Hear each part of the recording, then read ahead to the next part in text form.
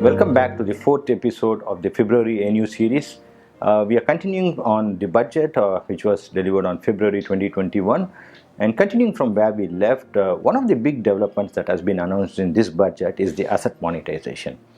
Now, as we discussed in the previous episode, the role of a government is not to run businesses, but to create policies and also create infrastructure. Now, to create infrastructure, you generally need lots of money, and this either comes from a budgetary allocation, but that itself is not sufficient today to create the infrastructure at the speed at which the government is envisaging. And therefore, where does this new money come from? So one of the very powerful tools which the government has done, one of the powerful policy initiatives that the government is thinking of doing is to monetize the assets which they have already created. There's a lot of hullabulla and people saying that the government is selling everything, but this is one of the smartest moves that they can do. So a lot of the roadways, what are the assets the government is planning to monetize?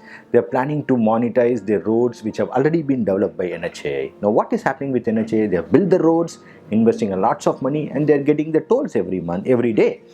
Now the government is going to sell these assets to someone else at a price, definitely with a lot of profit, and the tolls will go to the new buyer. Now there are a lot of pension funds abroad which are willing to look at a rate which is lower than the rate, get a return lower than the rate at which the government is borrowing today. So these pension funds require regular rates and their regular returns, and they are happy with rates anywhere between 4 to 5 or 6%. And therefore, by selling these assets, government will be able to release a lot of locked up capital, and they can use this capital to build more roads. So asset monetization is a very powerful, interesting initiative, and I'm hoping that the government doesn't bow down to the protest, not protest exactly, but there's a lot of murmurs, and they really take it up with a lot of earnestness and do. Now, which are the assets that the government is planning to monetize? They're planning to monetize the roads operated by NHAI. They're planning to monetize the dedicated freight corridors which is being created by railways for operations and maintenance. They're planning to monetize the gas pipeline, oil and gas pipelines which have been built by GAIL, Gas Authority of India Limited, IOCL, and HPCL. They are planning to monetize the power transmission assets which has been created by the Power Grid Corporation and their the infrastructure investment trusts created by them. And they are also planning to monetize the airports for operations and management. Now, all these things are going to generate a lot of cash, and the cash that is going to be generated, release of the capital which is going to be generated from this monetization, is once again going to be used to build more airports, more power transmission lines, more oil and gas pipelines, and more dedicated freight corridors and more roads. It's a very powerful move that the government is thinking of. Now, continuing on the budget, one of the big, the most awaited things in a budget has always been the tax proposals. But as we told earlier, there has been no new taxes on the direct tax front, which is there is no impact for us on the income tax front. But the government has taken a lot of small measures, like they have tried to reduce the customs duty on gold from 12.5 to 10%. This will definitely have an impact on the gold smuggling. They have also decreased the duty on steel products to 7.5%. Now, why have they done it? We all know that the domestic steel prices have has increased tremendously, and in spite of warnings by even someone as the road and highways minister Nitin Gadkari constantly saying that the increase in steel prices is increasing the cost of road building, they are paying no heed. So just as a warning alert, government has gone ahead and reduced the duty so that this will cool down the prices a little bit, and it's also going to send a signal to the steel manufacturers that they can't utilize this opportunity to jack up their profits without keeping the interest of the country in their mind or the people in mind. So I'm not saying that the steel companies are unnecessarily profiteering, but also the fact that the price rise has been too fast. This duty reduction is going to help.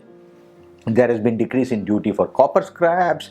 Some parts of the charges have been there has been increase in a lot of fronts apart from the copper scraps, which once again is going to reduce the metal prices. There has been a lot of increase in taxes on a small thing, little levels in a lot of small items, predominantly focused on those products which the government thinks it's better to manufacture within India, the Atmanirbhar push. So which are the items where there has been an increase in duty, duty. It has been on some parts for mobiles and chargers. The solar inverters, there has been an increase in duty for them. Solar inverters, solar lanterns, increase in certain auto parts, duty for tunnel boring machines. Now I don't know why the cost for the duty has been increased for tunnel boring machines, because predominantly the tunnel boring machines are used for infrastructure in metro and the underground bridges, I mean the tunnels below the rivers and other places. But that's been done. And then there has been an increase in duty for steel screws, non-critical item, prawn feed, cotton yarn, raw silk, and obviously there has been a withdrawal of exemption for denatured ethyl alcohol, once again, which is predominantly used in alcohol and other things. So the focus has been to decrease the rate on some areas which the government feels that the prices have gone up very very high in case of steel, or with respect to reducing tax evasion in case of duty, and a lot of small increases with respect to those products where the government feels the focus has to be on Atmanirbhar.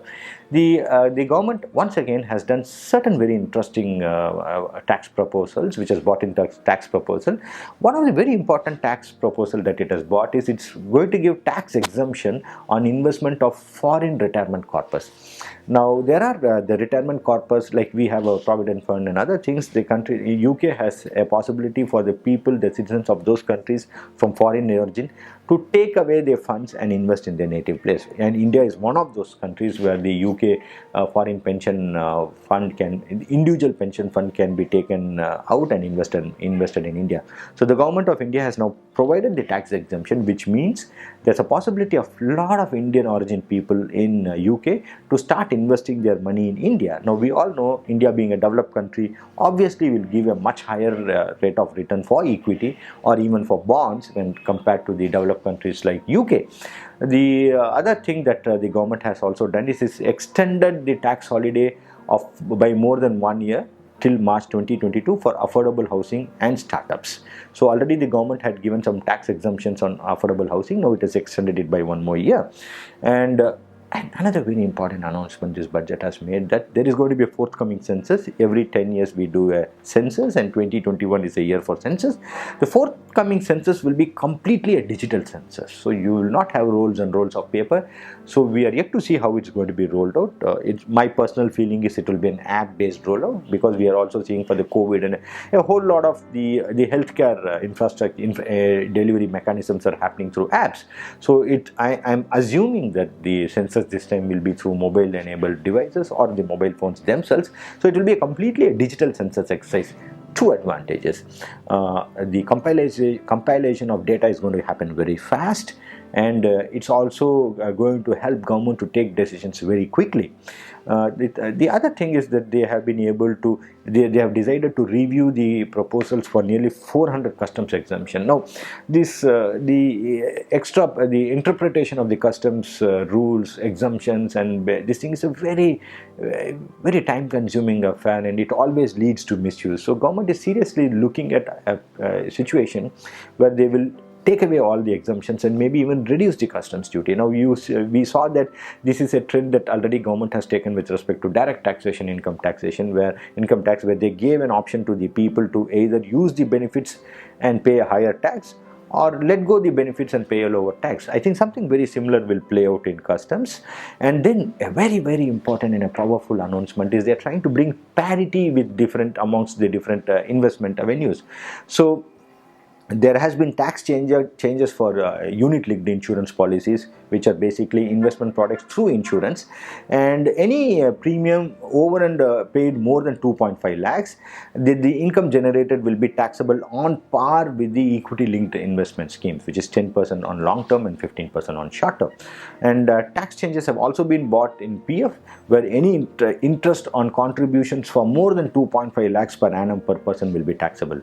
This is once again a very smart move, because the ultra high net worth individuals were actually using this loophole to earn a tax-free return for them. So we are seeing the PF being in a zone of exempt mode to exempt partially taxed mode. So this is a very small thing, but it will not impact almost 90 to 95% of the people. It's only people who have been using it as a loophole will get taxed, and I think that's rightfully so. No one is going to crib about that. And there's been a new agricultural cess that has been bought in on a lot of products like alcohol, gold and silver, crude palm oil, soybean, sunflower oils. So the duty rate reduction on gold of 2.5% gets nullified by the 2.5% agriculture cess that the government has bought. But they are going to have a new cess for crude oil, soybean and sunflower oils. What does it mean? The products which are listed below, like crude palm oil, soybean, sunflower oils, apples, coal and lignite, specified fertilizer, peas, all protein items, Kabuli chana, Bengal gram, chickpeas, lentil and cotton. These are all products which the government wants a fillip. They want to give a fillip to production of this locally. Now, it's a sad thing that a lot of oil seeds and pulses are still being imported in India, and we are producing excess of grains. And why is that happening? Because we give minimum support price to the grains and we don't give minimum support prices to this.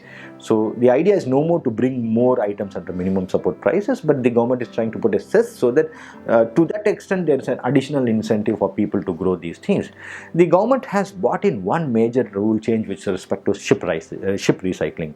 We all know that India has got one of the biggest ship recycling port called Alang, and God has blessed it with a ability where during the low tide a large amount of land is available to them. So it has enacted the Recycling of Ship Act in 2019 and acceded to the Hong Kong International Convention with respect to facilitating environment friendly recycling process for ship and the safety of yard workers.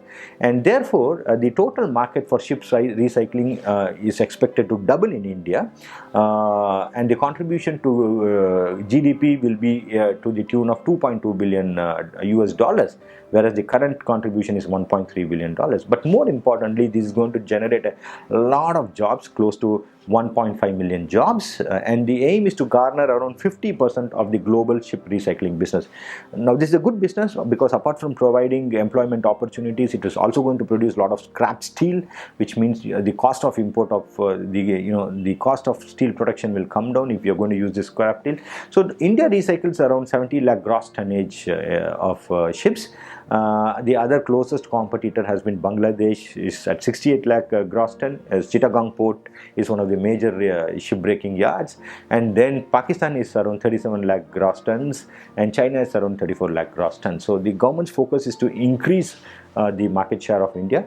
And with respect to Tamil Nadu, the benefits that we are seeing is there's going to be a seaweed park that is going to be set up in Tamil Nadu. So you have this spirulina which is a new health fad. So there's going to be a seaweed park, and Chennai is going to be one of the 5 cities which is going to have a major fishing harbor. And work is going to start on Chennai-Bangalore and Chennai-Salem Expressway this fiscal. And there have been some new tax benefits that have been brought up. The senior citizens, there has been a reduced compliance, like people above 75 and having only pension and interest income. There is some reduced compliance burden on filing of income tax return. And the government is thinking of setting up a dispute resolution center where the taxable income will be more than 50 lakhs and disputed income will be 10 lakhs. It is also reducing the reduction in time for opening IT proceedings in assessment period from 6 years to 3 years. That means it's slightly getting more transparent. It doesn't want to have too many assessments being opened or proceedings being opened. And national faceless appellate tribunal is being created. So we already have the faceless assessments going on both in income tax and custom. Now the appellate tribunal is going to be completely going faceless. That's a very positive move. And there is going to be relaxation to NRA with respect to notifying rules to avoid double taxation. And then it's also, government has created one new policy with respect to depositors. Now they are creating a law which will allow depositors to withdraw up to 5 lakh rupees from banks which are on the verge of default. So we recently saw that Yes and PMC Bank had a default, and many investors were struck. So couple of legislations were passed. One of them is going to be this, and the other things which is of significance is the government is planning to give tax holidays to aircraft leasing companies, and it is also going to provide relief on advance tax liability on dividend income.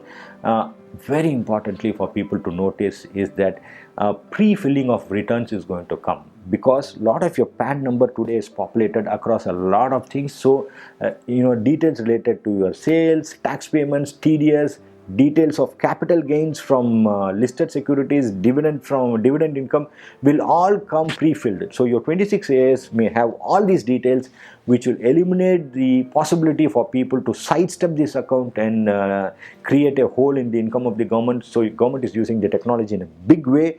So pre-filling, already the TDS is available to you on a pre-fill form. Now these things, including capital gains and dividend income, is going to be a game changer, trust me. And this, along with a lot of small tax reforms, is going to improve the transparency, plug the loopholes, and possibly make India a much better country. So viewers, thank you so much for staying patient with us. This has been a slightly longer video because it's covered a lot of things on budget. Thank you so much for tuning into our channel. Please subscribe to our channel, press the bell icon, and till the next episode of the March episode of ANU series comes, we wish you good health and stay happy, stay healthy. Thank you and stay connected.